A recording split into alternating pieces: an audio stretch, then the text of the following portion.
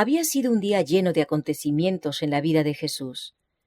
Al lado del mar de Galilea había pronunciado sus primeras parábolas, explicando de nuevo, mediante ilustraciones familiares, la naturaleza de su reino y la manera en que se establecería. Había comparado su propia obra a la del sembrador, el desarrollo de su reino al crecimiento de la semilla de mostaza y al efecto de la levadura en una medida de harina. Había descrito la gran separación final de los justos y de los impíos mediante las parábolas del trigo y de la cizaña y de la red del pescador. Había ilustrado la excelsa preciosura de las verdades que enseñaba mediante el tesoro oculto y la perla de gran precio, mientras que en la parábola del padre de familia había enseñado a sus discípulos cómo habían de trabajar como representantes suyos. Durante todo el día había estado enseñando y sanando, y al llegar la noche, las muchedumbres se agolpaban todavía en derredor de él. Día tras día las había atendido sin detenerse casi para comer y descansar. Las críticas maliciosas y las falsas representaciones con que los fariseos le perseguían constantemente hacían sus labores más pesadas y agobiadoras. Y ahora el fin del día le hallaba tan sumamente cansado que resolvió retirarse a algún lugar solitario al otro lado del lago. La región situada al oriente del lago de Genesaret no estaba deshabitada, pues había aquí y allí aldeas y villas, pero era desolada en comparación con la ribera occidental. Su población era más pagana que judía y tenía poca comunicación con Galilea. Así que ofrecía a Jesús el retiro que buscaba, y él invitó a sus discípulos a que le acompañasen allí. Después que hubo despedido a la multitud, le llevaron tal como estaba al barco, y apresuradamente zarparon. Pero no habían de salir solos. Había otros barcos de pesca cerca de la orilla, que pronto se llenaron de gente que se proponía seguir a Jesús, ávida de continuar viéndole y oyéndole. El Salvador estaba por fin aliviado de la presión de la multitud y vencido por el cansancio y el hambre. Se acostó en la popa del barco y no tardó en quedarse dormido.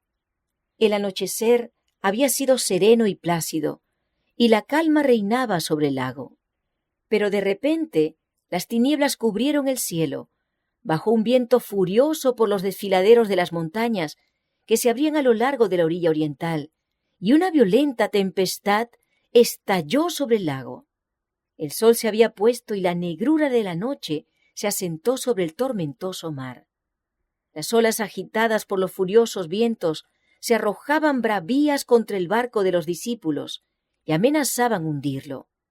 Aquellos valientes pescadores habían pasado su vida sobre el lago y habían guiado su embarcación a puerto seguro a través de muchas tempestades.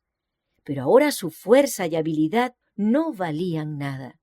Se hallaban impotentes en las garras de la tempestad y desesperaron al ver cómo su barco se anegaba. Absortos en sus esfuerzos para salvarse, se habían olvidado de que Jesús estaba a bordo. Ahora, reconociendo que eran vanas sus labores y viendo tan solo la muerte delante de sí, se acordaron de aquel a cuya orden habían emprendido la travesía del mar. En Jesús se hallaba su única esperanza. En su desamparo y desesperación clamaron: «¡Maestro! ¡Maestro!». Pero las densas tinieblas le ocultaban de su vista. Sus voces eran ahogadas por el rugido de la tempestad y no recibían respuesta. La duda y el temor los asaltaban. ¿Les habría abandonado Jesús? ¿Sería ahora impotente para ayudar a sus discípulos aquel que había vencido la enfermedad, los demonios y aún la muerte? ¿No se acordaba de ellos en su angustia? Volvieron a llamar, pero no recibieron otra respuesta que el silbido del rugiente huracán. Ya se estaba hundiendo el barco. Dentro de un momento, según parecía, iban a ser tragados por las hambrientas aguas. De repente, el fulgor de un rayo rasgó las tinieblas y vieron a Jesús acostado y dormido, sin que le perturbase el tumulto. Con asombro y desesperación exclamaron: «Maestro, ¿no tienes cuidado que perecemos?». ¿Cómo podía él descansar tan apaciblemente mientras ellos estaban en peligro, luchando con la muerte? Sus clamores despertaron a Jesús, pero al iluminarle el resplandor del rayo, vieron la paz del cielo reflejada en su rostro. Leyeron en su mirada un amor abnegado y tierno, y sus corazones se volvieron a él para exclamar: Señor, sálvanos que perecemos. Nunca dio un alma expresión a este clamor sin que fuese oído. Mientras los discípulos hacían sus remos para hacer un postrer esfuerzo, Jesús se levantó.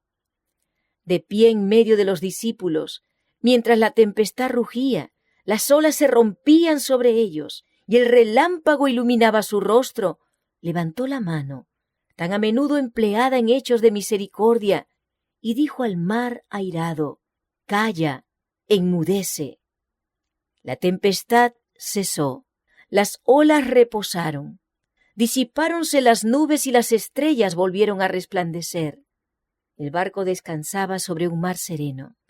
Entonces, volviéndose a sus discípulos, Jesús les preguntó con tristeza: ¿Por qué estáis así amedrentados?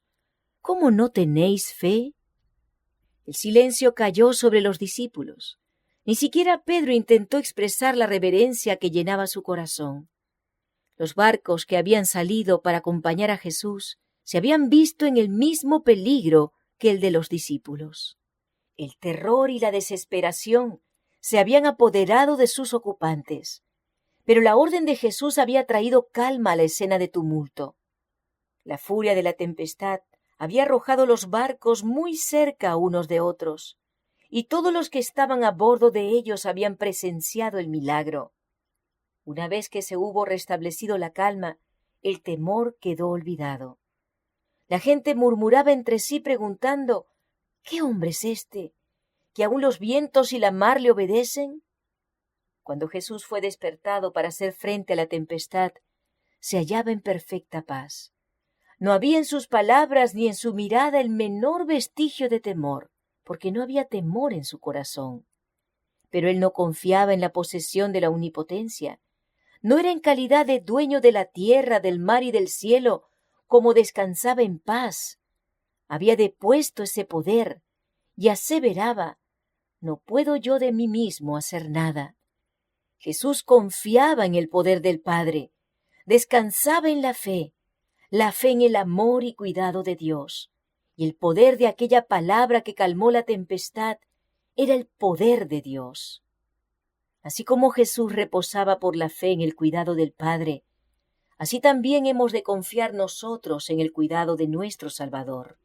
Si los discípulos hubiesen confiado en Él, habrían sido guardados en paz. Su temor en el tiempo de peligro reveló su incredulidad.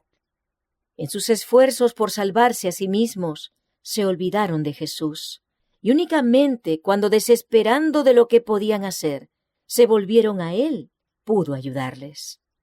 ¿Cuán a menudo experimentamos nosotros lo que experimentaron los discípulos? Cuando las tempestades de la tentación nos rodean y fulguran los fieros rayos y las olas nos cubren, batallamos solos con la tempestad, olvidándonos de que hay uno que puede ayudarnos. Confiamos en nuestra propia fuerza hasta que perdemos nuestra esperanza y estamos a punto de perecer. Entonces nos acordamos de Jesús, y si clamamos a Él para que nos salve, no clamaremos en vano. Aunque Él con tristeza reprende nuestra incredulidad y confianza propia, nunca deja de darnos la ayuda que necesitamos. En la tierra o en el mar, si tenemos al Salvador en nuestro corazón, no necesitamos temer.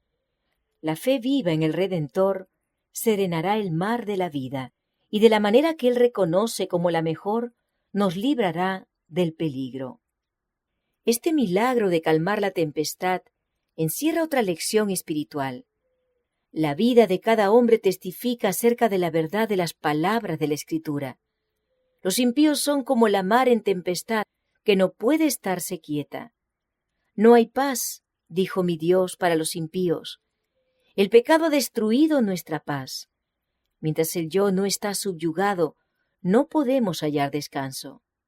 Las pasiones predominantes en el corazón no pueden ser regidas por facultad humana alguna. Somos tan impotentes en esto como los discípulos para calmar la rugiente tempestad. Pero el que calmó las olas de Galilea ha pronunciado la palabra que puede impartir paz a cada alma. Por fiera que sea la tempestad, los que claman a Jesús, Señor, sálvanos, hallarán liberación. Su gracia que reconcilia el alma con Dios calma las contiendas de las pasiones humanas, y en su amor el corazón descansa. Hace parar la tempestad en sosiego, y se apaciguan sus ondas. Alégrense luego porque se reposaron, y Él los guía al puerto que deseaban. Justificados pues por la fe, tenemos paz para con Dios por medio de nuestro Señor Jesucristo. Y el efecto de la justicia será paz, y la labor de justicia, reposo y seguridad para siempre. Por la mañana temprano el Salvador y sus compañeros llegaron a la orilla, y la luz del sol naciente se esparcía sobre el mar y la tierra como una bendición de paz. Pero apenas había tocado la orilla, cuando sus ojos fueron heridos por una escena más terrible que la furia de la tempestad. Desde algún escondedero entre las tumbas, dos locos se echaron a correr hacia ellos como si quisieran despedazarlos. De sus cuerpos colgaban trozos de cadenas que habían roto al escapar de sus prisiones. Sus carnes estaban desgarradas y sangrientas, donde se habían cortado con piedras agudas. A través de su largo y enmarañado cabello fulguraban sus ojos, y la misma apariencia de la humanidad parecía haber sido borrada por los demonios que los poseían, de modo que se asemejaban más a fieras que a hombres. Los discípulos y sus compañeros huyeron aterrorizados, pero al rato notaron que Jesús no estaba con ellos, y se volvieron para buscarle. Allí estaba donde le habían dejado, el que había calmado la tempestad, que antes había arrostrado y vencido a Satanás, no huyó delante de esos demonios. Cuando los hombres, crujiendo los dientes y echando espuma por la boca, se acercaron a él, Jesús levantó aquella mano que había ordenado a las olas que se calmasen, y los hombres no pudieron acercarse más. Estaban de pie, furiosos, pero impotentes delante de él. Con autoridad ordenó a los espíritus inmundos que saliesen. Sus palabras penetraron las oscurecidas mentes de los desafortunados. Vagamente se dieron cuenta de que estaban cerca de alguien que podía salvarlos de los atormentadores demonios. Cayeron a los pies del Salvador para adorarle, pero cuando sus labios se abrieron para pedirle misericordia, los demonios hablaron por su medio, clamando vehementemente: ¿Qué tienes conmigo, Jesús, Hijo del Dios Altísimo? Te conjuro por Dios que no me atormentes. Jesús preguntó: ¿Cómo te llamas? Y la respuesta fue: Legión me llamo, porque somos muchos. Empleando a aquellos hombres afligidos como medios de comunicación, rogaron a Jesús que no los mandase fuera del país. En la ladera de una montaña no muy distante pacía una gran piara de cerdos. Los demonios pidieron que se les permitiese entrar en ellos, y Jesús se lo concedió. Inmediatamente el pánico se apoderó de la piara. Echó a correr desenfrenadamente por el acantilado, y sin poder detenerse en la orilla, se arrojó al lago, donde pereció. Mientras tanto, un cambio maravilloso se había verificado en los endemoniados. Había amanecido en sus mentes. Sus ojos brillaban de inteligencia, sus rostros, durante tanto tiempo deformados a la imagen de Satanás, se volvieron repentinamente benignos. Se aquietaron las manos manchadas de sangre, y con alegres voces los hombres alabaron a Dios por su liberación. Desde el acantilado, los cuidadores de los cerdos habían visto todo lo que había sucedido, y se apresuraron a ir a publicar las nuevas a sus amos y a toda la gente. Llena de temor y asombro, la población acudió al encuentro de Jesús. Los dos endemoniados habían sido el terror de toda la región. Para nadie era seguro pasar por donde ellos se hallaban, porque se abalanzaban sobre cada viajero con furia demoníaca. Ahora estos hombres estaban vestidos y en su sano juicio, sentados a los pies de Jesús, escuchando sus palabras y glorificando el nombre de aquel que los había sanado. Pero la gente que contemplaba esta maravillosa escena no se regocijó. La pérdida de los cerdos le parecía de mayor importancia que la liberación de estos cautivos de Satanás. Sin embargo, esta pérdida había sido permitida por misericordia hacia los dueños de los cerdos. Estaban absortos en las cosas terrenales y no se preocupaban por los grandes intereses de la vida espiritual. Jesús deseaba quebrantar el hechizo de la indiferencia egoísta a fin de que pudiesen aceptar su gracia. Pero el pesar y la indignación por su pérdida temporal cegaron sus ojos con respecto a la misericordia del Salvador. La manifestación del poder sobrenatural despertó las supersticiones de la gente y excitó sus temores. Si este forastero quedaba entre ellos, podían seguir mayores calamidades. Ellos temían la ruina financiera y resolvieron librarse de su presencia. Los que habían cruzado el lago con Jesús hablaron de todo lo que había sucedido la noche anterior, del peligro que habían corrido en la tempestad y de cómo el viento y el mar habían sido calmados. Pero sus palabras quedaron sin efecto. Con terror la gente se agolpó alrededor de Jesús, rogándole que se apartase de ella, y él, accediendo, se embarcó inmediatamente para la orilla opuesta.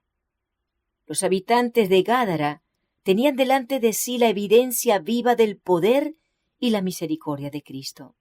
Veían a los hombres a quienes él había devuelto la razón, pero tanto temían poner en peligro sus intereses terrenales, que trataron como a un intruso a aquel que había vencido al príncipe de las tinieblas delante de sus ojos, y desviaron de sus puertas el don del cielo.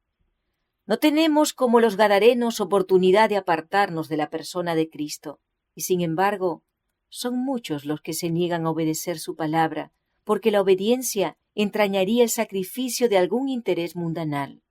Por temor a que su presencia les cause pérdida pecuniarias, muchos rechazan su gracia y ahuyentan de sí a su espíritu. Pero el sentimiento de los endemoniados curados era muy diferente. Ellos deseaban la compañía de su libertador. Con él se sentían seguros de los demonios que habían atormentado su vida y agostado su virilidad. Cuando Jesús estaba por subir al barco, se mantuvieron a su lado y arrodillándose le rogaron que los guardase cerca de él, donde pudiesen escuchar siempre sus palabras. Pero Jesús les recomendó que se fuesen a sus casas y contaran cuán grandes cosas el Señor había hecho por ellos. En esto tenían una obra que hacer, ir a un hogar pagano y hablar de la bendición que habían recibido de Jesús. Era duro para ellos separarse del Salvador. Les iban a asediar seguramente grandes dificultades en su trato con sus compatriotas paganos, y su largo aislamiento de la sociedad parecía haberlos descalificado para la obra que él había indicado.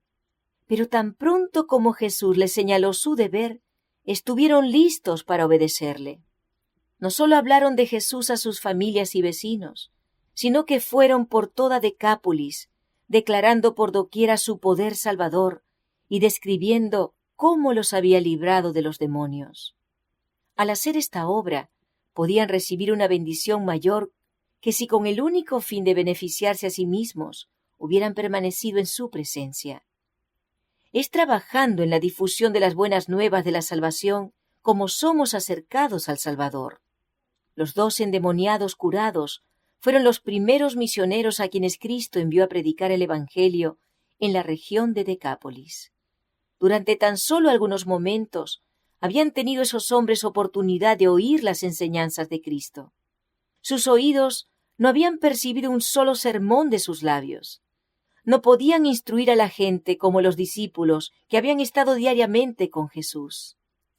Pero llevaban en su persona la evidencia de que Jesús era el Mesías. Podían contar lo que sabían, lo que ellos mismos habían visto y oído y sentido del poder de Cristo. Esto es lo que puede hacer cada uno cuyo corazón ha sido conmovido por la gracia de Dios. Juan, el discípulo amado, escribió lo que era desde el principio, lo que hemos oído, lo que hemos visto con nuestros ojos, lo que hemos mirado y palparon nuestras manos tocante al verbo de vida, lo que hemos visto y oído, eso os anunciamos. Como testigos de Cristo, debemos decir lo que sabemos, lo que nosotros mismos hemos visto, oído y palpado.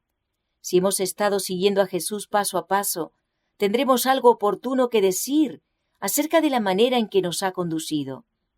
Podemos explicar cómo hemos probado su promesa y la hemos hallado veraz.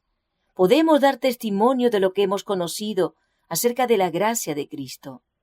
Este es el testimonio que nuestro Señor pide y por falta del cual el mundo perece. Aunque los habitantes de Gádara no habían recibido a Jesús, Él no los dejó en las tinieblas que habían elegido. Cuando le pidieron que se apartase de ellos, no habían oído sus palabras, ignoraban lo que rechazaban. Por lo tanto, les volvió a mandar luz, y por medio de personas a quienes no podían negarse a escuchar. Al ocasionar la destrucción de los cerdos, Satanás se proponía apartar a la gente del Salvador e impedir la predicación del Evangelio en esa región. Pero este mismo incidente despertó a toda la comarca como no podría haberlo hecho otra cosa alguna, y dirigió su atención a Cristo. Aunque el Salvador mismo se fue, los hombres a quienes había sanado permanecieron como testigos de su poder. Los que habían sido agentes del príncipe de las tinieblas vinieron a ser conductos de luz, mensajeros del Hijo de Dios. Los hombres se maravillaban al escuchar las noticias prodigiosas. Se abrió una puerta a la entrada del Evangelio en toda la región. Cuando Jesús volvió a Decápolis, la gente acudía a él, y durante 3 días, no solo los habitantes de un pueblo, sino miles de toda la región circundante, oyeron el mensaje de salvación.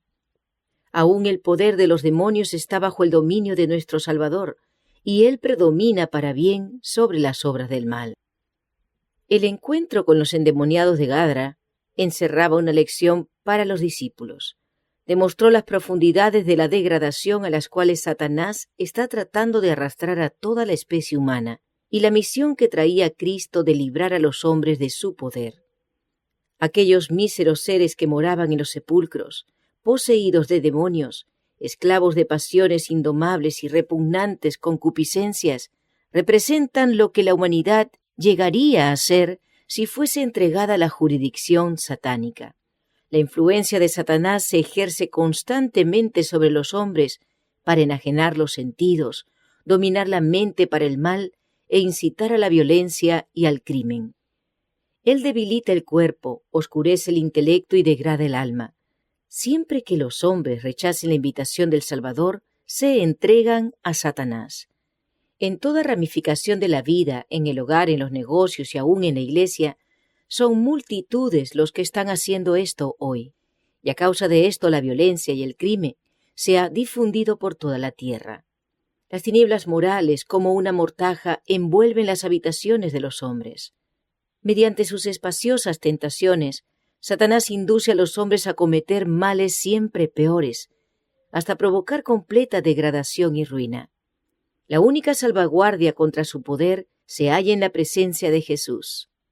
Ante los hombres y los ángeles, Satanás se ha revelado como el enemigo y destructor del hombre, Cristo como su amigo y libertador. Su espíritu desarrollará en el hombre todo lo que ennoblece el carácter y dignifica la naturaleza. Regenerará al hombre para la gloria de Dios en cuerpo, alma y espíritu. Porque no nos ha dado Dios el espíritu de temor, sino el de fortaleza y de amor y de templanza. Él nos ha llamado para alcanzar la gloria, el carácter de nuestro Señor Jesucristo. Nos ha llamado a ser hechos conforme a la imagen de su Hijo. Y las almas que han sido degradadas en instrumentos de Satanás siguen todavía mediante el poder de Cristo, siendo transformadas en mensajeras de justicia y enviadas por el Hijo de Dios a contar cuán grandes cosas el Señor ha hecho contigo y cómo ha tenido misericordia de ti.